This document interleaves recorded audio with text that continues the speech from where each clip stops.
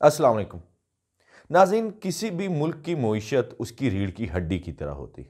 किसी भी मुल्क की कामयाबी का अंदाज़ा उसकी चलती मईशत के हिसाब से लगाया जा सकता है। आज अगर अमेरिका दुनिया की नंबर 1 इकॉनमी है तो उसके पीछे उसकी डॉलर की डोमिनेंस है। आज अगर चाइना दुनिया की दूसरी सुपर पावर कंसीडर की जाती है तो उसकी बढ़ती हुई इकॉनमी है। इंडिया जो अब इस दुनिया के उफ़क़ के ऊपर उभरता हुआ मुल्क है और इस वक्त दुनिया की चौथी बड़ी इकॉनमी बन चुका है, तो यकीनन एक मजबूत मुआशी पॉलिसी का तसलसल ही उसे इस नतीजे पर ले आया है। हमें से अक्सर को यही बताया जाता है कि अमेरिकन CIA और पाकिस्तानी ISI ने USSR यानी रशिया के टुकड़े टुकड़े कर दिए, लेकिन हकीकत हाल ये है कि USSR के टुकड़े ना तो CIA ने किए और ना ही ISI ने किए, बल्कि उनकी गिरती हुई मुईशत का नतीजा ये निकला कि उनको मुख्तलिफ टुकड़ों में बंटना पड़ गया। जब वो एक लंबी वार में 10 साल तक तकरीबन अफ़गानिस्तान के अंदर फंसे रहे तो उनकी इकॉनमी का ज़्यादा जो एक्सपेंडिचर था वो वॉर के ऊपर स्पेंड होता रहा और यही वो वजह बनी जिसकी वजह से USSR को टुकड़ों में बंटना पड़ गया। पाकिस्तान जब से इसका वजूद अमल में आया है तब से हम देख रहे हैं कि मुसलसल शायद ही माजी में कहीं 60 की दहाई में जब अयूब खान थे तो पाकिस्तान की मईशत के गुण गाए जाते हैं कि पाकिस्तान बड़ी तेज़ी से तरक्की कर रहा था। और हकीकत भी यही है कि सिर्फ ये वो ज़माना था जब बड़े बड़े प्रोजेक्ट्स जो हैं वो पूरे किए गए, जैसे कि डैम्स का बनना वगैरह, और मुल्क की मईशत को इसका फ़ायदा भी होना शुरू हुआ। लेकिन उसके बाद से फिर हमने देखा कि जमहूरियत का एक ऐसा चक्रव्यूह शुरू हुआ कि वो आज तक वैसे का वैसा ही चल रहा है। हमारे जो मशरकी पाकिस्तान है हमसे अलग हो गया, उसके बाद हमारे सियासतदानों की चपकलशें, और फिर उसके बाद हम देखते हैं कि 2 मार्शल लॉज, और आज अगर हम इस हुकूमत का भी यहाँ तक देखें तो हमें हर रोज़ ख़बरों में सुनने को मिलता है कि ये हम आज डिफ़ॉल्ट हो रहे हैं या फिर कल डिफ़ॉल्ट हो रहे हैं। लेकिन अगर हम पिछले 5 सालों यानी गुज़िश्ता 4 सालों का तज्ज़िया करें जिसमें इमरान खान साहब की हुकूमत और उसके बाद जो PDM की हुकूमत आई, इसको देखें तो हमें पता चलेगा कि आखिर गलत फ़ैसला कहाँ पर लिया गया। सबसे पहले बात करते हैं इमरान खान साहब के पिछले जो 3.5 साल या पौने 4 साल उन्होंने हुकूमत में गुजारे हैं। इसमें हुआ क्या क्या? इसमें सबसे बड़ी बात यह हुई कि पूरी दुनिया में पेंडेमिक फैली, कोरोना फैला, जिससे पूरी दुनिया की मईशत का पहिया जाम होकर रह गया। बड़ी बड़ी मईशतें जो हैं वो लड़खड़ा के रह गई और उसका असर आज भी हमें पूरी दुनिया में नज़र आता है। इसके अलावा क्या अहम वाक़या हुआ, रूस और यूक्रेन की वार शुरू हो गई जिससे ऑयल प्राइसेस में काफ़ी ज़्यादा इजाफा हो गया और पूरी दुनिया की मईशत अगेन उसको एक और धचका लगा इस जंग की वजह से, क्योंकि आज के ज़माने में पूरी दुनिया एक ग्लोबल विलेज बन चुकी है और ये नहीं हो सकता कि अगर कहीं जंग लगे तो उसका इम्पैक्ट किसी दूसरे हिस्से पर ना पड़े।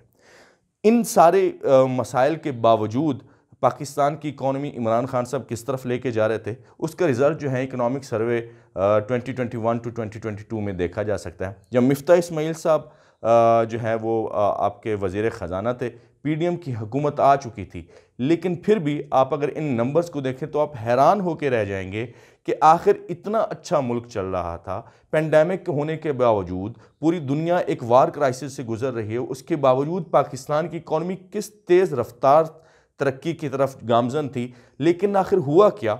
सबसे पहले हम उन फिगर्स के ऊपर नज़र दौड़ाते हैं कि पाकिस्तान की इकॉनमी किस जो है वो शरह से तरक्की कर रही थी। अगर हम अपनी GDP ग्रोथ की बात करें तो 5.9% की रफ्तार से तरक्की हो रही थी GDP की, जिसमें एग्रीकल्चर ग्रोथ जो है वो हमारी 4.4% थी, इंडस्ट्रियल प्रोग्रेस जो है 7.2% थी। इसमें सबसे इम्पॉर्टेंट बात जो हम बचपन में सुनते आए हैं कि पाकिस्तान का जो कपड़ा है और टेक्सटाइल की जो सनत है पाकिस्तान के, इसमें दबदबा है, and then we came to know कि उसमें अब इंडिया जो है वो उसकी अजारादारी बढ़ रही है और बांग्लादेश बढ़ रहा है। तो ये first time of very long time, जो बहुत अरसे बाद फिर से एप्टमा के अगर आप सदर की बात सुने तो टेक्सटाइल की जो सनत है वो रिवाइव हो रही थी और बहुत ज़्यादा जो है प्रॉफिट और बहुत ज़्यादा फैक्ट्रीज जो हैं वो चलना शुरू हो गई। मैंने कई लोगों से बात की और वो कहते हैं कि फैसलाबाद के अंदर मज़दूर मिलना जो है वो ख़त्म हो गए थे क्योंकि वहाँ पर इंडस्ट्री का एक रिवाइवल शुरू हो गया था। यहाँ पर एक बात मैं इसी ज़िमन में आपको बताता चलूँ, जो मुल्क की इकॉनमी होती है वो घर की इकॉनमी की तरह नहीं होती। मतलब आपकी जॉब लगी है, 30 दिन आपने काम किया और 30 दिन बाद आपको उसका कोई ना कोई बेनिफिट मिल गया, आपको सैलरी मिल गई। मुल्क की इकॉनमी चलती है पॉलिसीज़ के ऊपर। पहले पॉलिसीज़ बनती हैं, उन पॉलिसीज़ के बाद उनके ऊपर इम्प्लीमेंटेशन होती है। लेट्स से इंपोर्ट्स और एक्सपोर्ट्स का कोई वो पॉलिसी बनाते हैं तो उसके ऊपर अमल होते महीने लग जाते हैं, सालों लग जाते हैं, और फिर उसका जो है इम्पैक्ट पड़ता है आपकी इंडस्ट्री पर। फिर वो इंडस्ट्री जो है प्रोडक्शन स्टार्ट करती है, वो प्रोडक्शन आपकी जो है एक्सपोर्ट होती है और फिर वहाँ से बेनिफिट आता है। तो ये साल 2 साल कम से कम लगने होते हैं।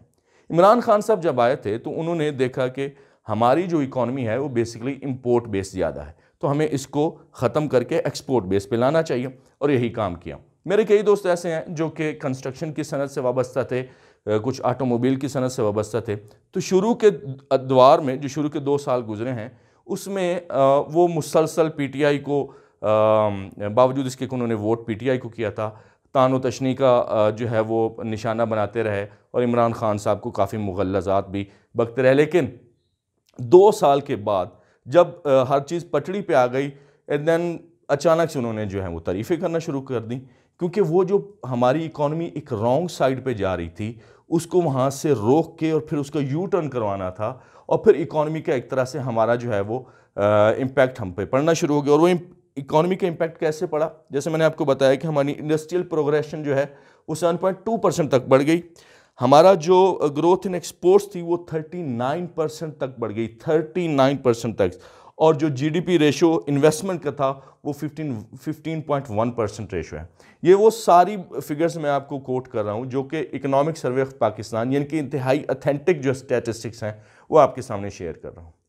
ये सारा कुछ हुआ। इसके अलावा भी आपको मैं अगर इस ग्रोथ का मज़ीद भी बताऊं कि हमारी जो रेमिटेंसेस हैं, हमारा सबसे बड़ा असासा जो इस वक्त अगर हम कंसीडर करें तो वो हैं हमारे जो बैरून मुल्क पाकिस्तानी। इमरान खान साहब की हुकूमत में पाकिस्तान की हिस्ट्री की रिकॉर्ड रेमिटेंसेस पाकिस्तान के अंदर आई। इवन एक महीने के अंदर $3 बिलियन की रेमिटेंसेस पाकिस्तान में आई। अभी आपको ये जो हमारे वज़ीर-ए-आज़म साहब दर बदर धक्के खा रहे हैं $1 बिलियन की इमदाद लेने पे, अगर हमारे बैरून मुल्क पाकिस्तानियों को इनके ऊपर एतमाद होता तो इनको कहीं पे जाने की ज़रूरत नहीं होती। बैरून मुल्क पाकिस्तानियों का ज़्यादा वोट बैंक जो है वो इमरान खान साहब को क्यों सपोर्ट करता है? वो इसलिए सपोर्ट करता है कि वो जानते हैं कि इमरान खान साहब एक नए विजन के साथ आ रहे हैं, वो कुछ नया ऑफर कर रहे हैं। ये जो डायनेस्टिक पॉलिटिक्स है हमारे यहाँ, वो चाहे पीपल्स पार्टी की हो या फिर नून लीग की हो, जहाँ पर आपको पता है कि अगले 10 साल 20 साल 50 साल तक भी आपकी लीडरशिप कौन होगी, तो वहाँ पर तो फिर उन्हें यकीन है कि इन्होंने सिर्फ अपना माल ही बनाना है, इन्होंने पाकिस्तान की आवाम का सोचना नहीं। वो जो कॉन्फिडेंस है ओवरसीज़ पाकिस्तानी का वो सिर्फ इमरान खान के ऊपर ही है। और यही वो वजह है जिसकी बिना पर जब ये हुकूमत में आए पीडीएम, तो सबसे पहले इन्होंने ओवरसीज़ पाकिस्तानीज़ का जो है वो वोट ख़त्म किया। जब इन्होंने ओवरसीज़ पाकिस्तानी का वोट ख़त्म किया तो यकीन उन्होंने भी अपनी जो रेमिटेंसेस में वो कमी कर दी।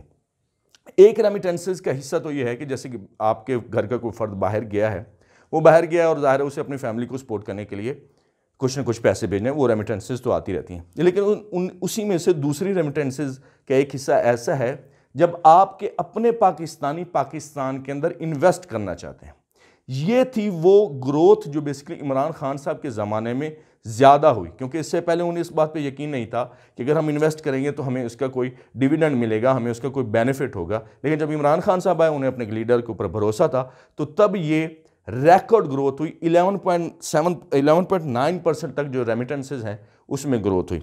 अच्छा जी, इसके अलावा अगर हम बात करें फॉरेन एक्सचेंज जो रिजर्व्स हैं, जो आज हमें बताया जा रहा है कि $4 अरब या इससे भी कहीं कम रह गए हैं, वो जब ये छोड़ के जा रहे थे तो उस वक्त $16.4 अरब थे जो फॉरेन रिजर्व थे। ये सारा कुछ इकॉनमी इतना ठीक चल रही थी। इसके अलावा क्या किया इमरान खान साहब?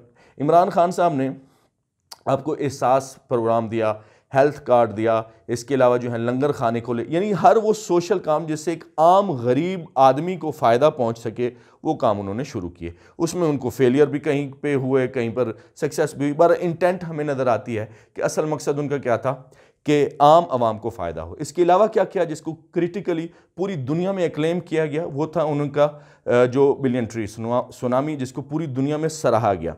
तो पाकिस्तान जिसकी इमेज इससे पहले कैसा था कि एक दहशतगर्द मुल्क है, यहाँ पर सिर्फ दहशतगर्दों को ही पनाह दी जाती है, अब पूरी दुनिया में इमेज जा रहा था कि कैसा मुल्क जिसको पूरी दुनिया की फ़िक्र है। तो ये भी हमारी जो सॉफ्ट इमेज को बेहतर बनाने के लिए था। ये कारनामे थे इमरान खान साहब के।